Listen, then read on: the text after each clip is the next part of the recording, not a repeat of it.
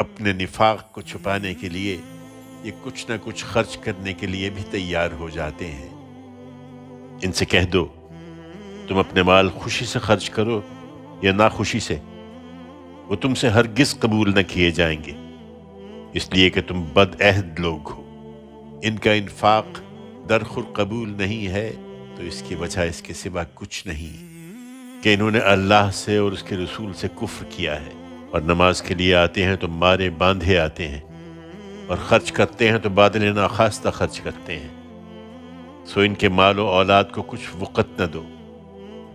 اللہ تو اب یہی چاہتا ہے کہ ان کے ذریعے سے انہیں دنیا کی زندگی میں عذاب دے اور ان کی جانیں اس حالت میں نکلیں کہ یہ کافر ہو۔